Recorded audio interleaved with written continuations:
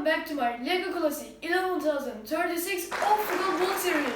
Today we are building something completely different. This time it is a colorful little convertible. One thing I have learned from LEGO is that every model has its own personality. Some are fast, some are cute. Let's see what makes this one special.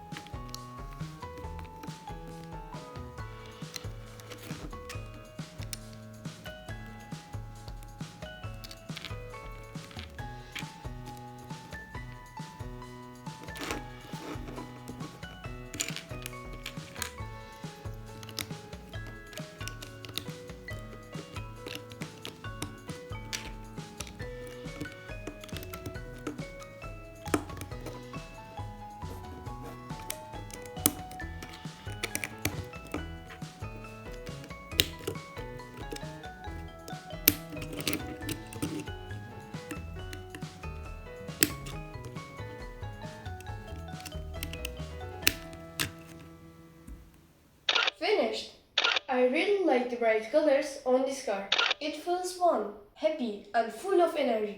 That is what creativity is all about. Don't be afraid to build something colorful. Which optical build should we create next? Let me know in the comments.